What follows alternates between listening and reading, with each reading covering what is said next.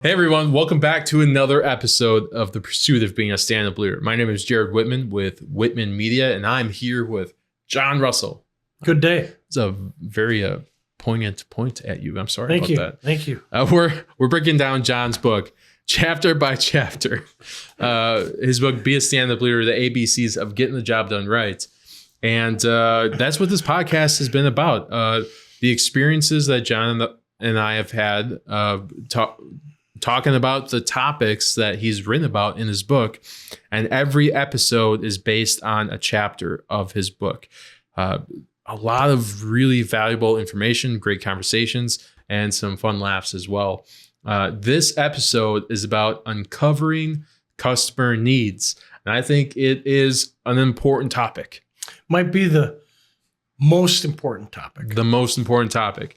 Well, why don't you break us down? Why is it so important for stand-up leaders to uncover customer needs? Well, a customer needs analysis is the face-to-face meeting with a prospect in a sales call where you ask questions and craft recommendations based on the problems and challenges they face that your product or service offers to solve those issues.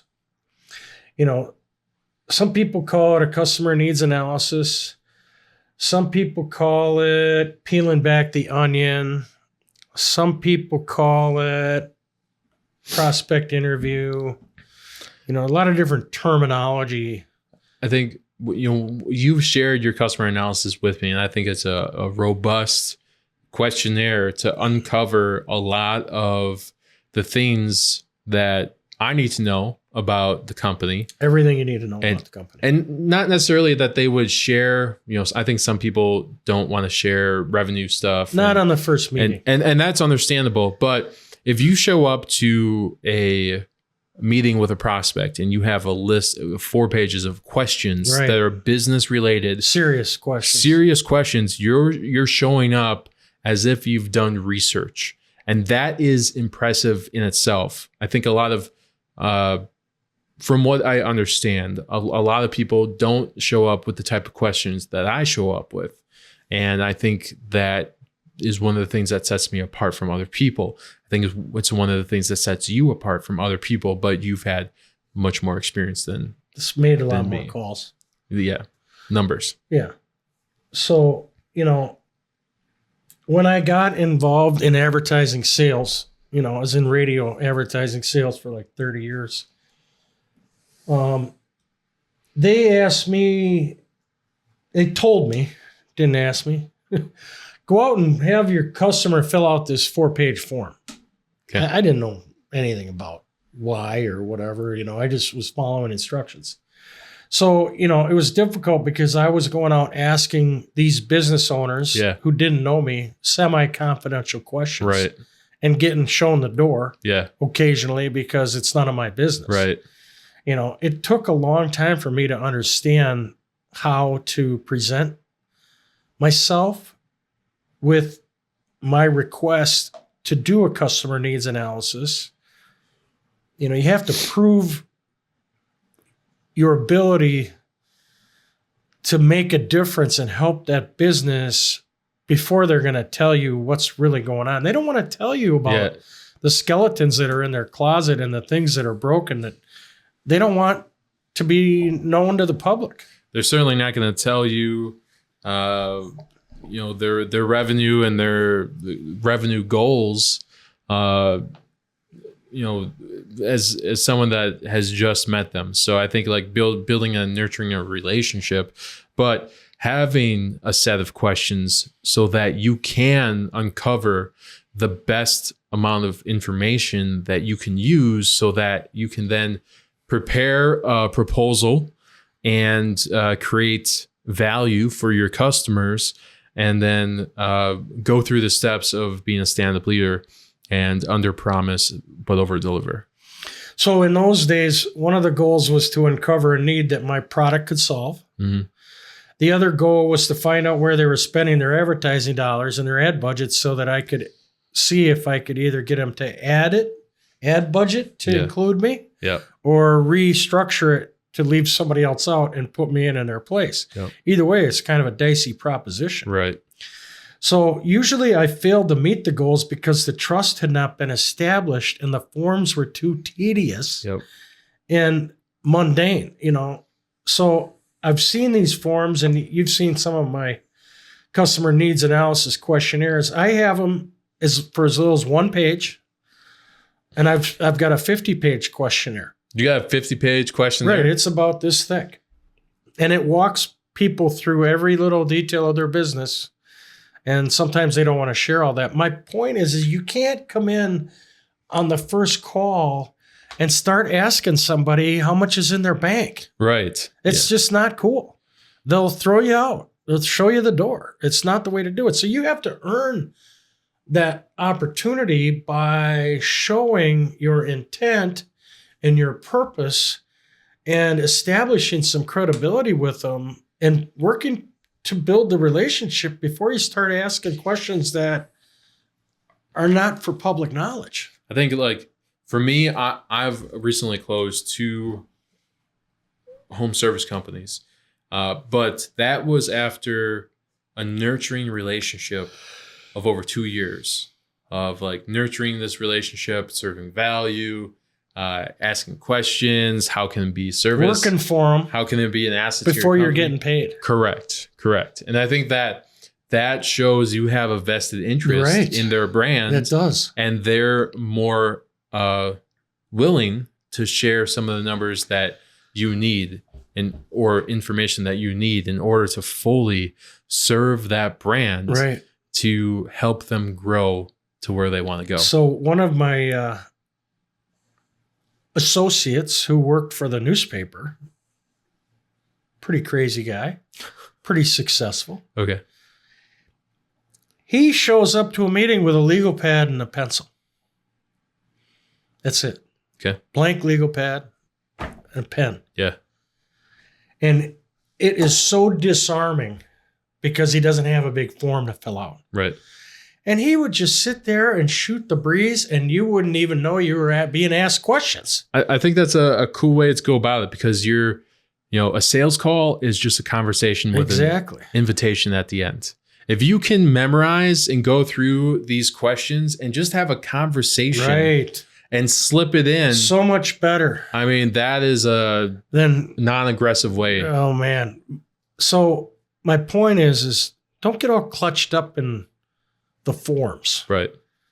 You want to go in with a genuine level of curiosity. Mm-hmm. That's the number one character trait of really successful people, curiosity. Yep. And just say, let's just role play for a second. We have a tremendous product that I think is going to make a huge difference in your business. Something that I think could be very positive in terms of your revenue growth in 2024 and 2025. In order for me to better understand, I'd like to bring you some options and some ideas and make some recommendations, but I got a couple of questions. I just need to try to formulate my thoughts so that I can do my best work for you. Yeah. And they're like, oh, wow.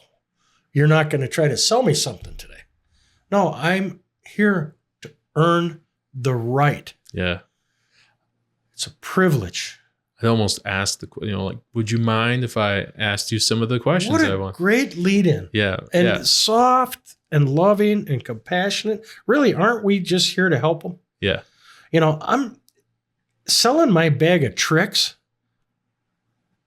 Not going to get me very far. Yeah, when you go straight, shoot all your bullets right away. I mean, there is a strategic manner that you can go about sales. Again, it's just a conversation. Have a conversation with your prospects. Ask them the questions. Don't be so strict with, I got to fill out all these my 50-page form. It's like a test. Yeah.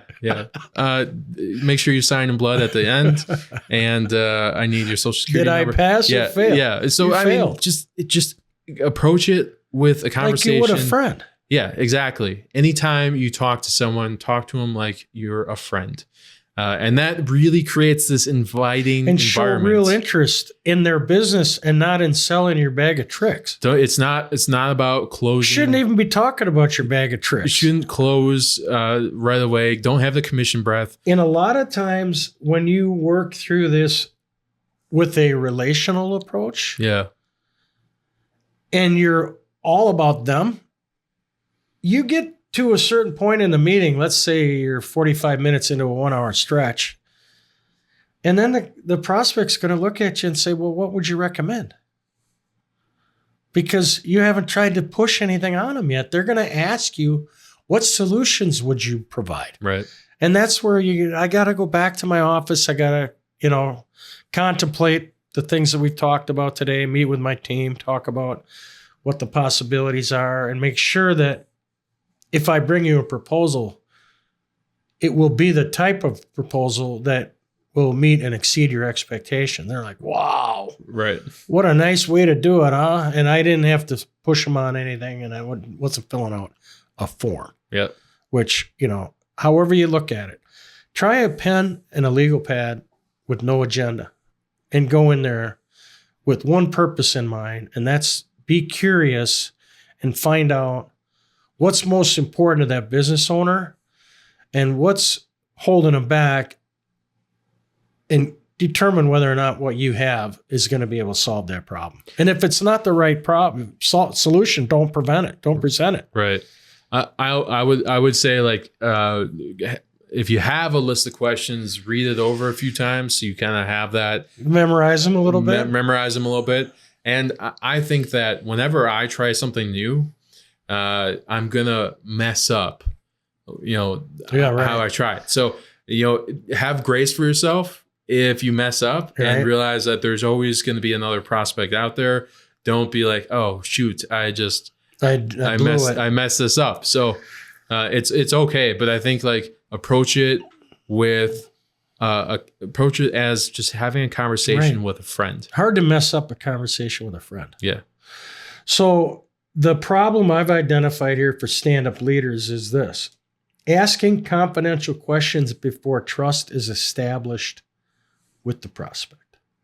And my advice is to find a way to establish trust and rapport with your prospect before you start asking confidential questions. Pretty simple. Pretty easy.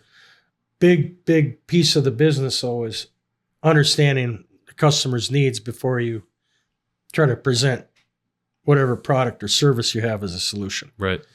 So that covers it. Thanks for being with us. John Russell here with Jared Whitman of Whitman Media. And we're looking forward to seeing you on our next episode. Check out our YouTube channel. Don't forget to like, subscribe, and share. And we will see you next time. Thanks.